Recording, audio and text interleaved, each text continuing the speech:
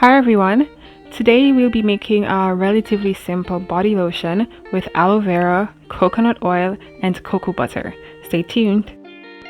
So firstly, I'll start by giving you a mini tutorial on our lotion making process today. The lotion we'll be making today will have three phases: a water phase, an oil phase, and a third phase which we'll refer to as the cool down phase.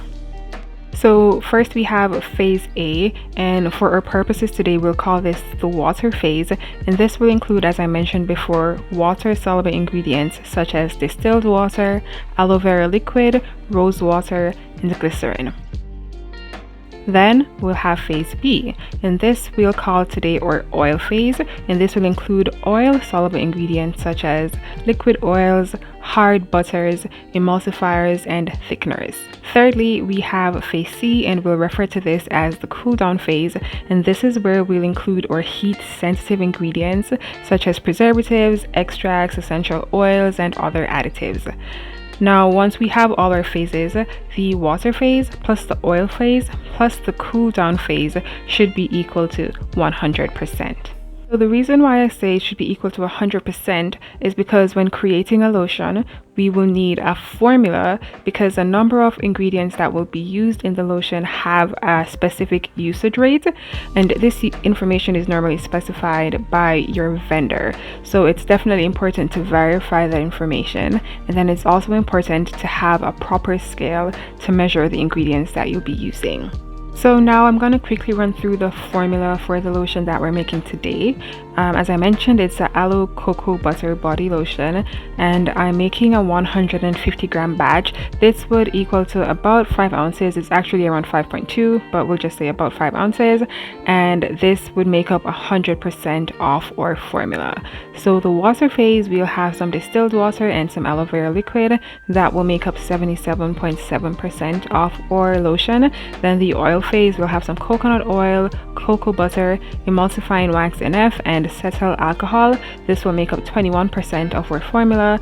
And then in our last stage, the cool down stage, we're gonna have a preservative as well as an essential oil for scent, and that will make up 1.3% of our formula. And don't worry, I'll explain these ingredients shortly so you can have a better understanding of what they are and how they'll affect our lotion. So as you see, the water phase of 116.55 grams plus the oil phase of 31.5 grams plus the cool down phase of 1.95 grams equals to 150 grams, and this is the same as 100% of our formula. Now, if you wanted to create an 8-ounce batch, which is the same as 227 grams approximately, then what you would do is take the 77.1% and you would multiply that by 227 grams to get the amount that you would need for your water phase to make that bigger batch. You would do the same for the oil phase, so you already know the percentages, so you do that, multiplying it by the size batch that you want, and then you'd be able to get the amount that you would need to use to make either a bigger batch, or if you were doing a smaller batch, the same would apply. So that's another benefit of using percentages, is that it makes it easier to create different sized batches. So now that we have that all figured out, let's just quickly go into the ingredients that we're using today. Firstly, we're using some distilled water, and we already know that water is good for the skin, whether you're drinking it or you're applying it to your skin. Next, we're going to have aloe vera liquid, and aloe vera liquid, it helps to seal moisture into the skin as well as to soothe the skin. Then in our oil phase, we're using some coconut oil that's really good for moisturizing the dry skin, and then cocoa butter, which is also good for hydrating and nourishing the skin. Then we have this mystery ingredient called emulsifying wax NF, and this is actually a vegetable derived emulsifying wax. It helps to bind oil and water together. So we all know that water and oil don't mix, but when you put an emulsifier into that mix, then it will bind the two different types of particles together to ensure that a cream is formed. And for this wax, we'll just call it e-wax. It's supposed to be used in concentrations of between 3% to 5% for lotions. So today I'm using 3%. And then the next ingredient we have is cetyl alcohol. This is a vegetable derived emollient, moisturizer, and emulsion stabilizer. So an emollient will help to trap moisture into the skin, and a stabilizer, because we're mixing oil and water together, this helps to keep the mixture stable once the emulsion is made. And it's used widely in cosmetics. It's not a drying alcohol like rubbing alcohol. It's made up primarily of fatty acids, and it will be used in concentrations of between 3% and 10%. Then we move down to our cool down phase, and what I have here is a preservative. The one I'm using today is Optifen Plus. I'm using it at 1%, but Optifen Plus, it has a usage rate of between 0.75% to 1.5%. So you can determine how much you want to use, but I'm using 1%, and it is heat sensitive in that it must be added to your formulation at 80 degrees Celsius or below. And this preservative actually it tends to sometimes, if you don't use it correctly, destabilize your products, and I have had that happen to me a couple of times. So this is an ingredient that you definitely need to pay attention to the specifications. And then lastly, here I have essential oil. I'm using the orange scent. It's really mild, but it's kind of sweet, and it's very, like, you know, a natural scent. So I like to use it in skincare products and hair care products. And I'm using it at 0.3% because I want this lotion to be lightly scented. And so that makes up our ingredients for today. So now let's just get into mixing. So I've gone ahead and measured out all my ingredients. I've placed my water phase into 1 glass measuring cup that's heat safe, and then I've placed my oil phase, so that includes both waxes as well as the coconut oil and the cocoa butter, into a separate container. I'm gonna cover my water phase so that when it is heated, it will limit the amount of water that evaporates. And then I'll just put these into a pot, creating a water bath, and leave it on a medium heat on my stove for about 20 minutes until the waxes and the butters in the oil phase have completely melted. So once the oil phase has completely melted, I'm just going to go ahead and mix them.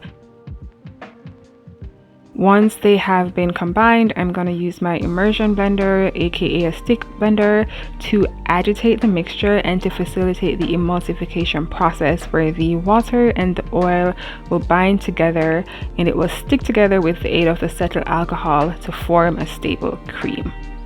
Now I suggest mixing in short bursts for about a minute, and remember, this just came off the stove, so it is still pretty hot. There is steam coming out, so be careful when you're doing this.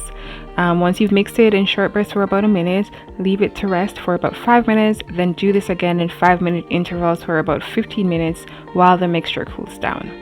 Once your mixture starts to cool down, you can go ahead and add the cool down phase ingredients, paying close attention to the specifications that are there for the cool down ingredients you are using. After adding your cool down ingredients, continue mixing just so that everything can be incorporated properly. Now, depending on the ingredients that you use, and specifically the emulsifier and the thickener, your lotion could take a while to kind of settle down and get to a creamy consistency. And so what I did today is I used an ice bath to speed that process up. Many times I don't use an ice bath, I just wait it out, but this time I wanted to use an ice bath. And once I put my mixture into the ice bath and stirred it for maybe 10 seconds, it started to really get that creamy texture, as you can see here. So this is an option that you could try.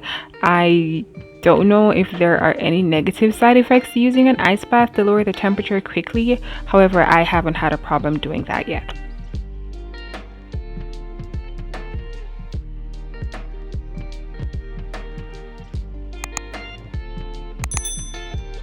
So this is what it's looking like, and it looks really creamy, and I like the light orange scent.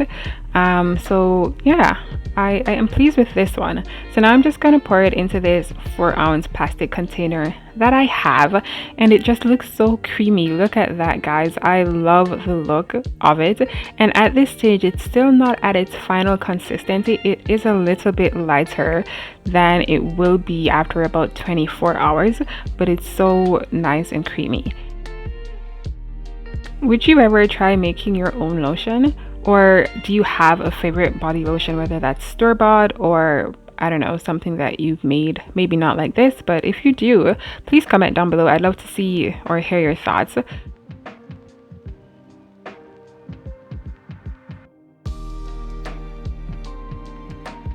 And as you can see, as I'm putting it on, it just melts right into my skin. It's really moisturizing. It's very light because I didn't want to make a thick like body cream. This is really a light lotion, but even though it's light, it's still very moisturizing.